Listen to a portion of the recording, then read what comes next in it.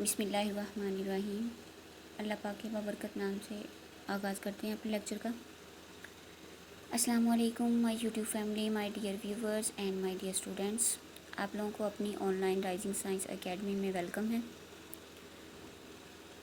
हम 9th class के notes जो हैं वो तैयार कर रहे हैं, उनकी ऑनलाइन क्लासेस चल रही हैं हमारी। तो हमने 1.1 एक्सरसाइज कर ली है, उसकी 2 डेफिनेशन थी, उससे पहले वो भी कर ली हैं। अब हमने 1.2 एक्सरसाइज करनी है, तो उसके लिए हमें सबसे पहले ये डेफिनेशन जो हैं इनका करना लाजमी है, क्योंकि ये अगर आप लोगों को अच्छे से समझ आ गई तो समझें कि आप लोगों को 1.2 एक्सरसाइज जो है वो अच्छे से आ जाएगी। तो इसलिए इन डेफिनेशंस को अच्छे से देखें, समझें, गौर करें, और जिस चीज़ की समझ ना आए आप उनका हमसे कमेंट सेक्शन में जाके पूछ सकते हैं। अगर हमसे कोई मिस्टेक हो गई हो तो उसका भी बता सकते हैं।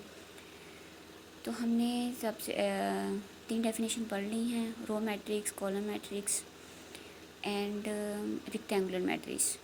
ठीक है, आई होप आप लोगों को वहाँ तक अच्छे से समझ आ गई होगी। तो हमने जो रेक्टेंगुलर मैट्रिक्स है उसके बाद आज हमने मतलब कि उसकी एक शॉर्ट वीडियो बना दी थी ताकि आप लोगों को देखने में आसानी हो। अब ऐसे ही हमने डेफिनेशंस की जो हैं वो 4 वीडियोज़ जो हैं वो बनाई हैं ताकि आप लोग थोड़ा थोड़ा करके देख सकें। तो हमने पहले रेक्टेंगुलर मैट्रिक्स तक बनाई हुई है वीडियो। आज हम पढ़ेंगे square matrix. What is square matrix? Square matrix जो है वो रेक्टेंगुलर मैट्रिक्स का उल्ट है।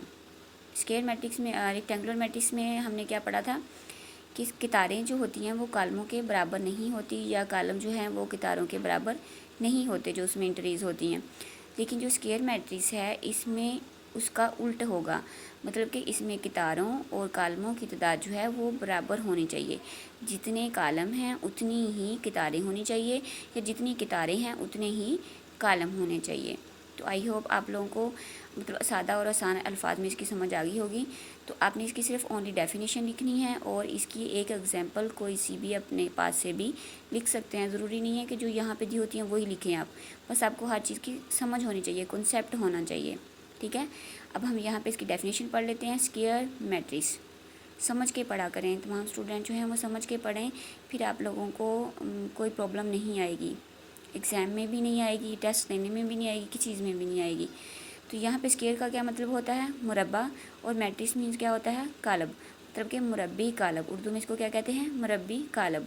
आ मैट्रिक्स एक कालब जो है is called a square matrix, उस वक़्त मुरब्बी कालब कहलाता है if its number of rows, अगर उसमें कितारों की तादाद जो है, नंबर मीन्स तादाद, रोज़ मीन्स कितारें, is equal to its number of columns. किसके इक्वल होनी चाहिए? नंबर ऑफ़ कॉलम्स के, मतलब कि कालमों की तादाद के बराबर होनी चाहिए। जो रेक्टेंगुलर कालम था उसमें हमने क्या पढ़ा था कि कितारों की तादाद जो है वो कालमों की तादाद के बराबर नहीं होनी चाहिए। लेकिन स्क्वायर मैट्रिक्स में हमने क्या पढ़ा है कि बराबर होनी चाहिए। यहाँ पे हमारे पास एक एग्जांपल है इसकी, 2 - 1 0 और 3। फिर दूसरी एग्जांपल है हमारे पास, वो देख लें। मतलब कि ए में हमारे पास 2 ही रोज़ हैं और 2 ही कॉलम हैं, बात यह है कहने की। और जो बी मैट्रिक्स है इसमें देखें 3 रोज़ हैं और 3 ही कॉलम हैं। तो दोनों क्या हैं? इक्वल हैं, मतलब कि जितने कॉलम उतनी कितारें और जितनी कितारें उतने ही कॉलम होने चाहिए। तो इसको हम क्या कहेंगे? Square matrix. अब हमने पढ़ना है नल मैट्रिक्स। नल मैट्रिक्स क्या होता है? जिसमें तमाम एंट्रीज जो हैं वो ज़ीरो हों, उसको क्या कहेंगे? Null matrix. A matrix M is called a null और ज़ीरो, मतलब उसको नल भी कहते हैं और ज़ीरो भी कहते हैं। Matrix if each of its entries is zero, जिस कालम में तमाम अरकान जो हैं वो ज़ीरो हों उसको हम क्या कहते हैं? नल मैट्रिक्स या फिर ज़ीरो मैट्रिक्स। ठीक है, सिफरी कालम भी कहते हैं इसको। तो इसमें आप देख लें कितारों और कालमों की तादाद का बराबर होना ज़रूरी नहीं है, जिस तरह से मर्ज़ी आप एंट्रीज लिख सकते हैं। 1 रो 2 कॉलम, या फिर 2 कॉलम और 1 रो, ये भी लिख सकते हैं। 3 रोज़ और 3 कॉलम भी लिख सकते हैं। तो तादाद बराबर भी लिख सकते हैं एंट्रीज़ की, और नहीं भी लिख सकते। तो लेकिन तमाम एंट्रीज जो हैं वो ज़ीरो होनी चाहिए। अब हम पढ़ेंगे transpose of a matrix. What is transpose of a matrix?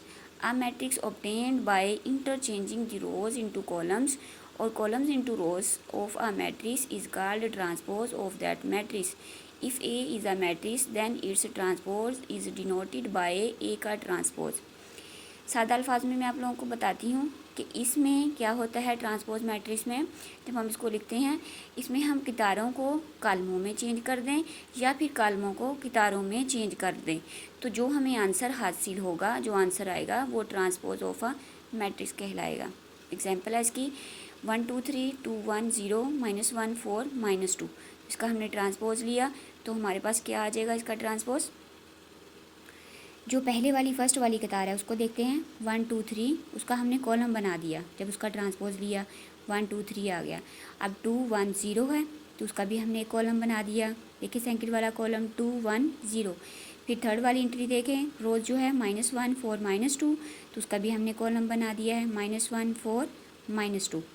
ठीक है, तो आई होप आप लोगों को यहाँ तक इसकी भी समझ आ गई होगी कि जिसमें हम कितारों को कालमों में चेंज कर दें या फिर कालमों को कितारों में चेंज कर दें, तो जो हासिल होने वाला कालब होगा वो ट्रांसपोज कालब कहलाएगा।